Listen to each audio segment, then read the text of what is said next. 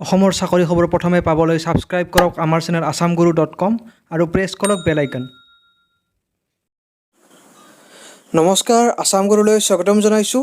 অতি ভাল খবৰ, 46,000 টাকৈ নতুনকৈ পদ ওলাইছে।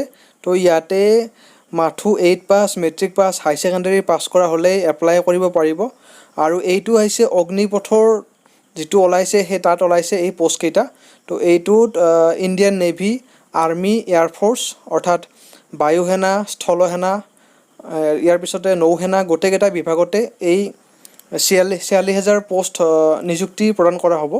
আৰু এই পোষ্টকেইটা কাৰণে অসমৰ সকলো ল'ৰা ছোৱালীয়ে এপ্লাই কৰিব পাৰে। আৰু ইয়াতে বয়সৰ সময়সীমা, আবেদন প্ৰক্ৰিয়া সবিশেষ ভিডিঅ'টোত কম সময়ৰ ভিতৰতেই গম পাব। চাওক, এইটো হৈছে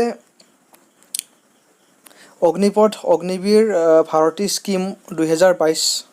তো এইটো য়োজনাৰ আণ্ডাৰত এই পোষ্টসমূহ ওলাইছে, টোটেল 46,000 পোষ্ট। তো ইয়াতে খালী হোৱা পোষ্টটোৰ নাম হৈছে অগ্নিবীৰ বুলি কোৱা হ'ব। অগ্নিপথত যিবিলাক ল'ৰা ছোৱালীক চিলেকশ্যন কৰা হয় সেইবিলাক অগ্নিবীৰ বুলি কোৱা হ'ব। আৰু টোটেল 46,000 পোষ্ট। অগ্নিপথ স্কিম ইয়াৰ পিছত আছে, এইটো লঞ্চ কৰা হৈছিল 14 জুন 2022 তাৰিখে। আৰু এইটো ইয়াৰে চাকৰিৰ সময়সীমা হ'ব 4 বছৰৰ। আৰু ইয়াতে ডিপাৰ্টমেণ্টসমূহ আছে, লিখা আছে চাওক, Indian army, navy, air force, ministry of defence ইণ্ডিয়াৰ ফালৰ পৰা। তো প্ৰথমতে আহিছোঁ, ইয়াতে খালী হোৱা প্ৰথম পোষ্টটো হৈছে অগ্নিবীৰ, জেনেৰেল ডিউটিৰ কাৰণে। তো ইয়াতে মাথো মেট্ৰিক পাছ কৰা হ'লেই পাৰিব। 45% মাৰ্কছ লাগিব। লগতে প্ৰত্যেকটা ছাবজেক্টত 33% থাকিব লাগিব। আৰু ইয়াতে বয়সৰ সময়সীমা আগতে 21 বছৰ ৰাখিছিল, তো এতিয়া বঢ়াই দিয়া হৈছে। এতিয়া বয়সৰ সময়সীমা 17.5 বছৰৰ পৰা 23 বছৰ পৰ্যন্ত এপ্লাই কৰিব পাৰিব। ইয়াৰ পিছতে আছে নেক্সট পোষ্ট অগ্নিবীৰ টেকনিকেল। ইয়াতে হাই ছেকেণ্ডেৰী পাছ কৰা হ'ব লাগিব ছায়েন্সত। লগতে physics, chemistry, mathematics, English subject থাকিব লাগিব। লগতে 50% মাৰ্কছ থাকিব লাগিব। আৰু প্ৰত্যেকটো ছাবজেক্টত 40% মাৰ্কছকৈ থাকিব লাগিব। ইয়াতে বয়সৰ সময়সীমা 17.5 পৰা 23 বছৰলৈ ৰাখিছে। ইয়াৰ পিছৰটো আছে অগ্নিবীৰ ক্লাৰ্ক বা ষ্ট'ৰ কিপাৰ টেকনিকেল। ইয়াতে হাই ছেকেণ্ডেৰী পাছ যিকোনো বিভাগৰ পৰা। লগতে 60% মাৰ্কছ থাকিব লাগিব। আৰু প্ৰতিটো ছাবজেক্টত 50% মাৰ্কছ থাকিব লাগিব। ইংলিছ আৰু মেথছ, একাউণ্টছ, বুক কিপিং এইসমূহ হাই ছেকেণ্ডেৰী কৰা সময়ত থাকিব লাগিব। আৰু ইয়াতে বয়সৰ সময়সীমা 17.5 বছৰৰ পৰা 23 বছৰ পৰ্যন্ত ৰাখিছে। ইয়াৰ পিছৰ বস্তু আছে অগ্নিবীৰ ট্ৰেডছমেন 10 পাষ্ট। তো ইয়াতে মাথো মেট্ৰিক পাছ কৰা হ'ব লাগিব। আৰু 33% মাৰ্কছ থাকিব লাগিব প্ৰত্যেকটো ছাবজেক্টত। আৰু ইয়াতেও 17.5 পৰা 23 বছৰ ৰাখিছে বয়সৰ সময়সীমা।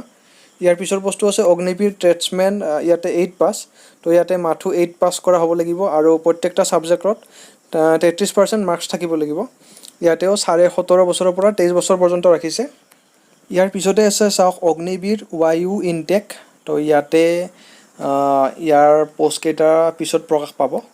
তো ইয়াতে চাওক, বয়সৰ সময়সীমা 29 ডিচেম্বৰ 1999 পৰা 29 জুন 2005 ভিতৰত জন্মগ্ৰহণ কৰা হ'ব লাগিব। অৰ্থাৎ 23 বছৰলৈ এপ্লাই কৰিব পাৰিব।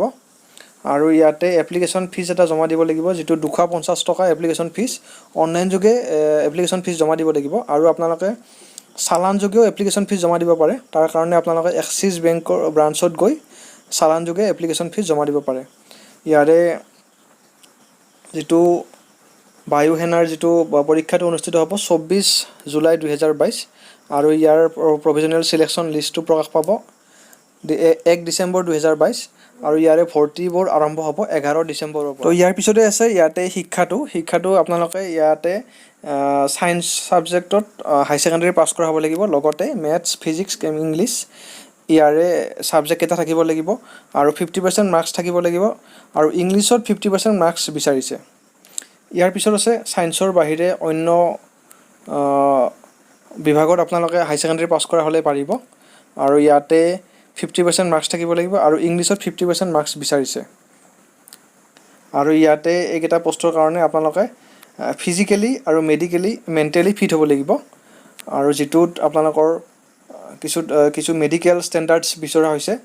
চাওক, ইয়াতে হাইট অৰ্থাৎ ওখ বুলি ক'লে আপোনালোকৰ 152.5 চেণ্টিমিটাৰ যিটো ওখটো বিচৰা হৈছে। আৰু চেষ্ট অৰ্থাৎ বুকুৰ জোখটো 5 চেণ্টিমিটাৰ এক্সপানশ্যন অৰ্থাৎ বঢ়াই দিব পাৰিব লাগিব। আৰু ইয়াৰ পিছত আছে ৱেট, হিয়াৰিং, ডেণ্টেল। তো ফিজিকেল ষ্টেণ্ডাৰ্ডটো সম্পূৰ্ণ বিচৰা হৈছে ইয়াতে। আৰু ইয়াৰ পিছৰ পষ্টটো আছে অগ্নিবীৰ। ইয়াতে হাই ছেকেণ্ডেৰী পাছ কৰা হ'ব লাগিব, লগতে মেথছ আৰু ফিজিক্স ছাবজেক্ট থাকিব লাগিব, লগতে অতি কমেও ইয়াৰে কেমিষ্ট্ৰি, বায়'লজি, কম্পিউটাৰ ছায়েন্স যিকোনো এটা ছাবজেক্ট থাকিব লাগিব। আৰু ইয়াতে পিছৰ পষ্টটো আছে ইয়াৰে অগ্নিবীৰ MR। তো ইয়াতে মেট্ৰিক পাছ কৰা হ'লেই পাৰিব। ইয়াতে বয়সৰ সময়সীমা ৰাখিছে 17.5 বছৰৰ পৰা 23 বছৰ পৰ্যন্ত। আৰু কিছুমান পষ্টত আপোনালোকৰ 10 পাছ, কিছুমানত 12 পাছ, ঠিক তেনেকৈ ৰাখিছে। আৰু বয়সৰ সময়সীমাটো 23 বছৰলৈকে বঢ়াই দিয়া হৈছে। আগতে ইয়াৰে এই পষ্টকেইটাৰ কাৰণে 17.5 বছৰৰ পৰা 21 বছৰ আছিল বয়সৰ সময়সীমা। আৰু ইয়াৰ পিছতে আপোনালোকৰ যেতিয়া আপোনালোকক এপইণ্ট কৰা হ'ব, প্ৰথম অৱস্থাত আপোনালোকক 6 মাহৰ ট্ৰেইনিং দিয়া হ'ব, যিটো 4 বছৰৰ থাকিব টোটেল কোৰ্চটো। 4 বছৰৰ ভিতৰত 6 মাহৰ ট্ৰেইনিং দিয়া হ'ব। আৰু ইয়াতে খুবেই ভাল হয়, এই পষ্টকেইটাত দৰমহা পাতি খুবেই ভাল দিয়া হ'ব। চাওক, প্ৰথম অৱস্থাত আপোনালোকৰ যেতিয়া জইনিং হ'ব, প্ৰথম বছৰত দৰমহা দিয়া হ'ব গ্ৰছ চেলাৰী, অৰ্থাৎ টোটেল চেলাৰী 30,000 টকা। দ্বিতীয় বছৰত 33,000, তৃতীয় বছৰত 34,500, চতুৰ্থ বছৰত 40,000 টকা পৰ্যন্ত দৰমহা পাব।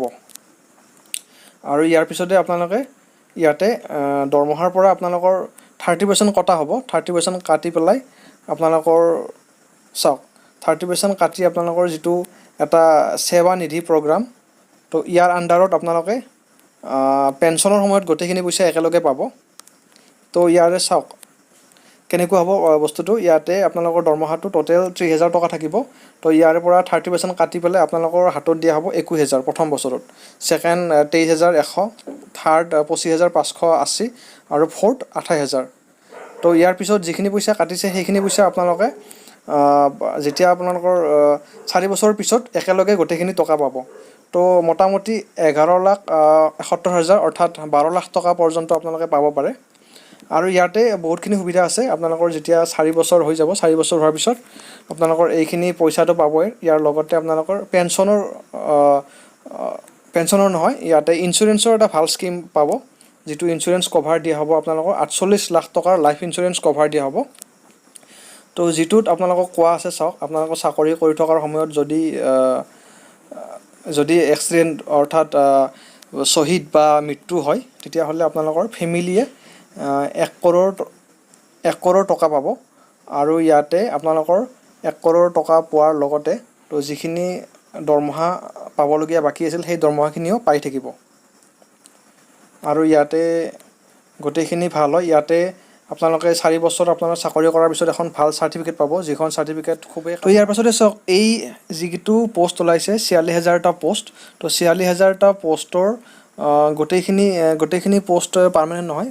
46,000টাৰ 4 বছৰৰ কাৰণে লোৱা হ'ব, কিন্তু ইয়াৰে 25% ল'ৰা ছোৱালীক পাৰ্মানেণ্ট চাকৰি হিচাপত চান্স পাব।